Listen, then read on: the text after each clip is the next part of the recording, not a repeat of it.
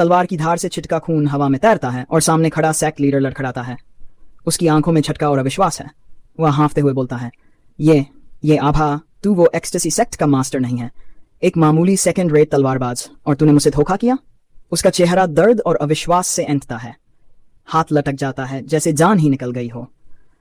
वह सोचता है कहीं शूजी ने आखिरी बार में कोई चाल तो नहीं चली, लेकिन अब बहुत देर हो चुकी है। शूजी की आवाज गूंजती है, मुझे तेरा शुक्रिया अदा करना चाहिए। आमतौर पर तू बहुत बड़ा झंझट साबित होता, लेकिन तूने खुद ही गलतफहमी पाल ली और उसी ने मुझे आसानी से जीत दिला दी। शूजी के पीछे लाल अग्नि से बने ड्रैगन की आकृतियां प्रकट होती हैं, जैसे उसके भीतर कोई प्राचीन शक्ति जाग उठी हो। वह अब सिर्फ इंसान नहीं रहा, वह एक चलती फिरती तबाही बन चुका है। सेक्ट लीडर की आंखें लाल हो जाती हैं और उसकी चीखें आसमान को चीर देती हैं। मरते हैं शूजी, साथ में मरते हैं। चल चल मेरे साथ नर्क में। शूजी की चाल और तेज होती है। उसका हथियार जो अब खून से सना है आग उगल रहा है। वह लगातार हमला करता है, हर वार बिजली की गति से। सेक्ट लीडर चीखता है, लेकिन न तो बच पा रहा है न वार को रोक पा रहा है। तू एक समय पर ताकतवर रहा होगा, शूजी कहता है, लेकिन मैं अब वो शूजी नहीं हूं जो डरता था। एक और शक्तिशाली वार पड़ता है। शूजी का वार बिजली जैसी तेजी से पड़ता है। लाल ऊर्जा से घिरे उसके चारों ओर गोल गोले घूम रहे हैं, जैसे किसी अभिशप्त शक्ति का नियंत्रण हो। स्विश, हड्डी हवा चीरती है। धड़ाम, एक दुश्मन दीवार से जा टकराता है। शिर, कागज के टुकड़े उड़ते हैं एक दर्दनाक आवाज के साथ। शूजी बिना कुछ बोले एक कागज को हवा में ही पकड़ लेता है। उस शांत पकड़ में भी मौत की आहट है। अपराध की गिनती। शूजी अब सीधे जख्मी टाइगर पिट लीडर के सामने खड़ा है, लाल चमकती आंखों के साथ, हाथ में जलती हुई मशाल थामे। कितनों को उठाकर लाए थे? शूजी का सवाल आग जैसा तपता है। सेक्ट लीडर कराहते हुए देखता है। उसकी आंखों में अब साहस नहीं, सिर्फ भय। मैं गलत था।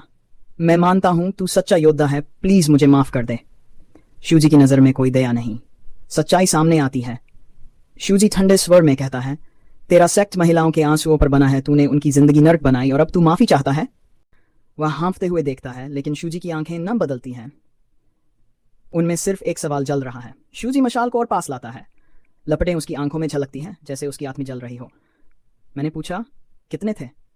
नहीं, असली सवाल यह है, कितनों ने तेरे सामने ऐसे ही माफी मांगी थी जैसे अब तू मांग रहा है? पसीना और आंसू उसके चेहरे पर बहते हैं। उसका गला सूख गया है। वो बड़बड़ाता है, मैंने गलती की, मुझे एक मौका दो, मैं कुछ भी करूंगा, कुछ भी। लेकिन शूजी अब पत्थर है, एक इंसान जिसने इंसाफ का चेहरा देखा है और जो अब किसी और भाषा में बात नहीं करता। बदला, शिवशाल को फेंक देता है। फ्रश, आग एक ही पल में फूट पड़ती है। लीडर की चीखें आसमान फाड़ देती हैं। वो जमीन पर रेंगता है, हाथ जोड़ता है, लेकिन अब दया की कोई जगह नहीं। शूजी एक पल के लिए आग की तरफ देखता है, फिर अपनी हड्डी से बनी रक्तरंजित हथियार को हवा में उठाता है। ये टाइगर एनफोर्समेंट ब्यूरो के उन पुरुषों के पश्चाताप में मदद करेगा जिनकी आत्माएं अब भी रो रही हैं। ब्लैक डाउ के सेक्ट लीडर का शरीर अब भी भभकती आग में पड़ा हुआ था, उतर रहा था। मगर शूजी की आंखों में दया नहीं थी। उसका खून से सना हुआ हड्डी का हथियार अब भी उसके हाथ में था। शायद ये आदमी पूरी तरह बेकार नहीं था। शायद इसका नाम इसकी मौत से कुछ कीमत बन सके। चारों तरफ आग ने इन्फर्नो का रूप ले लिया था। तभी पीछे से आवाजें आईं, मास्टर जल्दी इधर आइए। कई लोग चिल्ला रहे थे, किसी और की तरफ इशारा करते हुए। उसका माथा बल खा गया और रक्त से सना उसका शरीर दरवाजे से बाहर आया, जैसे खुद यमराज ने किसी को नर्क से घसीट कर बाहर निकाला हो। एक दुश्मन। ये कौन है? ये बच्चा कहां से आया? दूसरा, बच्चा नहीं, भूत होगा, मारो इसे। शूजी ने थका हारा सिर उठाया, आंखों में नफरत और थकान थी। रात लंबी होने वाली है। दृश्य परिवर्तन। अगली सुबह एक व्यस्त नगर चौक, लोगों की भीड़ जमा थी। चाय की दुकानों और सड़कों पर चर्चा हो रही थी। एक आदमी, सुना तुमने कल रात जो हुआ? दूसरा, कौन सी बात? पहला आदमी, मेरा जानने वाला है, ब्लैक डाउ में नौकर था, उसने बताया। तीसरा, मैंने भी सुना, पूरी ब्लैक डाउ सेक्ट खत्म कर दी गई, पूरा मुख्यालय जलकर राख हो गया। हाँ, बहुत अच्छा हुआ, वो लोग कुछ भी नहीं थे, घमंडी कुत्ते। याद है टाइगर पिट सेक्ट? उनके साथ जो किया था ब्लैक डाउ ने, क्वाइगर पिट भी क्या पीड़ित हुआ था? पहला आदमी, हाँ भाई, सुना है ब्लैक डाउ ने चेनजांग से टाइगर पिट के सारे कर्ज खरीद लिए थे। जैसे ही टाइगर पिट फंसा, ब्लैक डाउ ने उनके गले में फंदा डाल दिया। सांप को दूध पिलाओ तो क्या होता है, ब्लैक डाउ ने वही किया। तीसरा, मैंने भी सुना, पूरी ब्लैक डाउ सेक्ट खत्म कर दी गई, पूरा मुख्यालय जलकर राख हो गया। हाँ, बहुत अच्छा हुआ, वो लोग कुछ भी नहीं थे, घमंडी कुत्ते। एक युवा लड़का जो अब तक सुन रहा था धीरे से बुदबुदाता है। तो आखिरकार न्याय मिला, कोई तो था जो आग बनकर उनके पाप जलाने आया। कहानी का रंग बदलता है। नायक का नाम अब गूंजी का नाम अब हवाओं में तैरने लगा था। कोई उसे खून से नहाया बच्चा कह रहा था, तो कोई लाल राक्षस। मगर जो भी था वो अकेला था और उसने एक पूरी सेक्ट को मिटा दिया था। उस योद्धा ने ब्लैक डाउ का अंत कर दिया। वह तो हीरो निकला यार। कुछ ने कंधे उचका दिए। अब कर्ज वर्ज गया भाड़ में। टाइगर पिट सबसे ऊपर है। लेकिन वहीं पास ही एक तंबू के पीछे शुजी पड़ा था, चुपचांत, पर उसकी आंखों में तूफान भरा था। अचानक एक भोंपू जैसी आवाज गूंजी। अबे नए वाले, घोड़े की टट्टी साफ किया नहीं? शुजी ने सिर उठाया। कोई जवाब नहीं दिया। नजरें झुकी। क्या हुआ बे? मुंह पे ये घिसा हुआ लुक क्यों है? वही आंखें तरेरता हुआ आगे आया। तू नया लग रहा है और तेरी शक्ल बता रही है कि तू प्रॉब्लम है। बता, है कोई प्रॉब्लम? शुजी सोचने लगा, क्या अभी दिखा दूं अपना गोल्ड टोकन? सब शांत हो जाएंगे। लेकिन फिर खुद को रोका। नहीं, अभी नहीं। जाओ क्लान से मामला सुलझे बिना सब बिगड़ जाएगा। मुझे छुपा रहना होगा। वो सिपाही पास आया और घूसा दिखाकर गर्जा। अबे सुन ले, यहां सबका काम बराबर है। अगर तेरी नाक ऊंची है तो उसे काट देंगे। शुजी चुप, बस देखता रहा। तभी एक तेज आवाज गूंजी। ये तुम दोनों?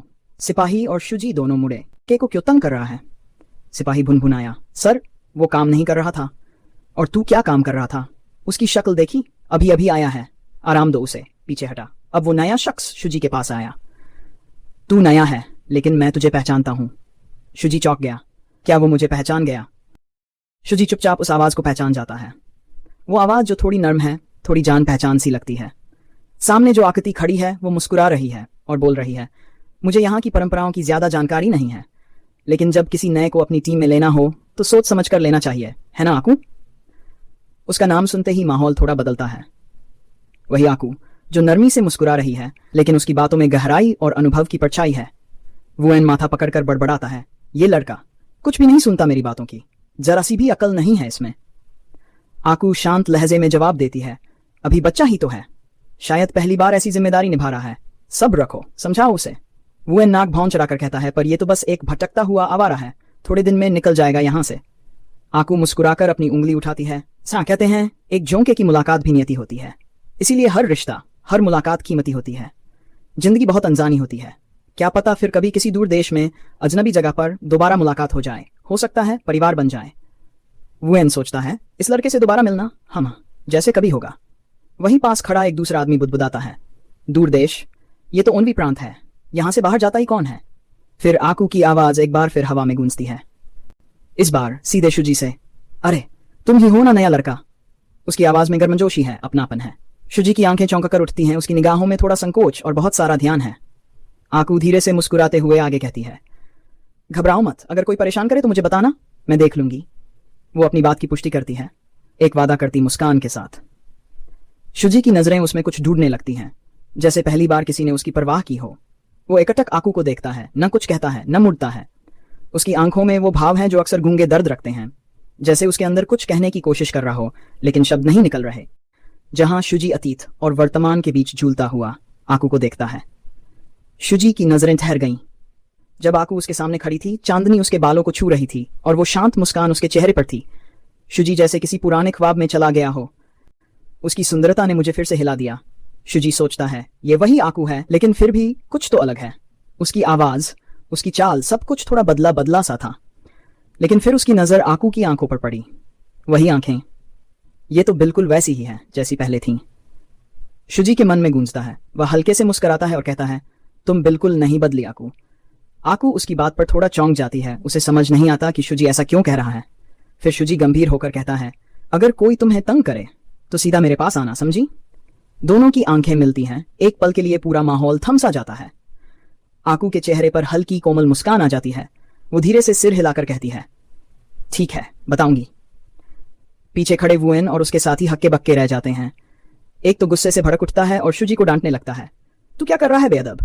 पर शुजी केवल मुस्कुराता है। उसने अपनी बात कह दी थी, अब कोई फर्क नहीं पड़ता। दृश्य बदलता है। शुजी अब खुले मैदान में खड़ा है। चारों ओर सूखी घास फैली है। आकाश में पूर्णिमा का चांद हल्की रोशनी बिखेर रहा है। शुजी जमीन पर झुका है। वह अपने हथियार और उपकरण एक एक कर घास के नीचे से निकालता है। कमर में एक थैली बांधता है और आंखों में एक दृढ़ता आ जाती है। अब सबका बदला ले लिया है, उन एस्कॉर्ट योद्धाओं का, उस दुकानदार का भी। वह अपना स्टाफ कसकर पकड़ता है, जैसे अब उसे कोई और मंजिल बुला रही हो। फिर वह एक लंबी सांस लेकर धीरे से कहता है, अब वक्त आ गया है अपने सौगंध भाई के कातिल को ढूंढने का।